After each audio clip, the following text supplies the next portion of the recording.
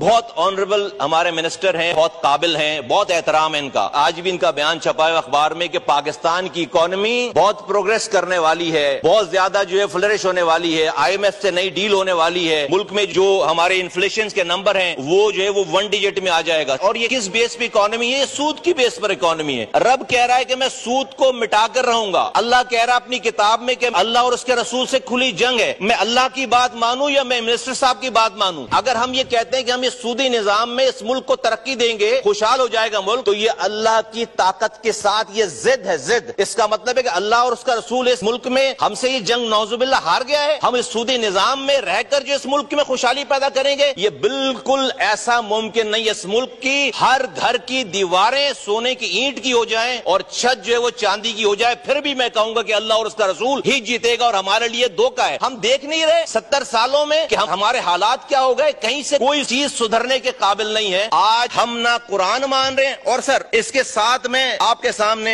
دو باتیں اور رکھتا ہوں۔ اللہ کے رسول صلی اللہ علیہ وآلہ وسلم کیا کہہ رہے ہیں؟ اللہ کے رسول صلی اللہ علیہ وآلہ وسلم کی حدیث ہے، میں 2 حدیثیں آپ کے سامنے کوٹ کرتا ہوں۔ اللہ کے رسول فرماتے ہیں، حضرت ابو ہریرہ رضی اللہ عنہ سے روایت ہے کہ اللہ کے رسول صلی اللہ علیہ وآلہ وسلم نے فرمایا، سود خوری کے گناہ کے 70 حصے ہیں، ان میں سے ادنا اور معمولی ایسا ہے جیسے اپنی ماں کے ساتھ بدکاری کرنا۔ ایک بات۔ اگلی بات، نبی کریم صلی اللہ علیہ وآلہ وسلم نے فرمایا، جس قوم میں سود اور زنا پھیل جائے وہ دنیا میں ہی مستحق عذاب ہو جاتی ہے۔ سر اللہ کی کتاب مان نہیں رہے، قائد اعظم کو مان نہیں رہے، اللہ کے رسول کی بات مان نہیں رہے، ذوالفقار علی بھٹو کا یہ آئین 38F مان نہیں رہے، اور ہم کہہ رہے ہیں کہ جو ہے وہ ہم بڑے اس اپنے دماغ کو لگا کر ہم اس ملک کو خوشحال کریں گے۔ ہم مسلسل اللہ اور اس کے رسول سے جنگ میں ہیں۔ یہ پائلٹ آیا تھا انڈیا کا، اس کو ہماری فورسز نے مار گرایا، اس کو 2 سے 3 دن میں ہم نے مرم پٹی کر کے چائے پلا کر اس کو واپس بھیجا کہ ہماری کوئی جنگ نہ شروع ہو جائے، ہماری کوئی مسلسل جنگ نہ شروع ہو جائے۔ انڈیا سے جنگ کرنے کے قابل نہیں ہے مسلسل اس وقت ہم، اور ہم اللہ اور اس کے رسول سے 70 سالوں سے جنگ کر رہے ہیں۔ کارگل کا واقعہ پیش آیا، نواز شریف صاحب بل کلنٹن کے پاس گئے امریکہ کہ جنگ رکواؤ، ہم نے جلدی جنگ رکوائی کہ امریکہ سے جنگ کرنے کے قابل نہیں ہے۔ ہم کتنے بہادر ہو گئے ہیں کہ اسلام کے نام پر بننے والے اس ملک میں ہم جس دن سے ہمارا یہ سودی نظام ہے، ہم اللہ اور اس کے رسول سے کھلی جنگ میں ہیں۔ تو میں آپ سے گزارش کرتا ہوں، میں آنریبل منسٹر صاحب کی موجودگی میں، کہ ہم یہ ان کا بڑا احترام ہے، بہت قابل ہیں، بہت one of the best minister ہمیں جو ہے فائنانس منسٹر ملے، لیکن سر ہم اللہ اور اس کے رسول سے جنگ نہیں کر سکتے۔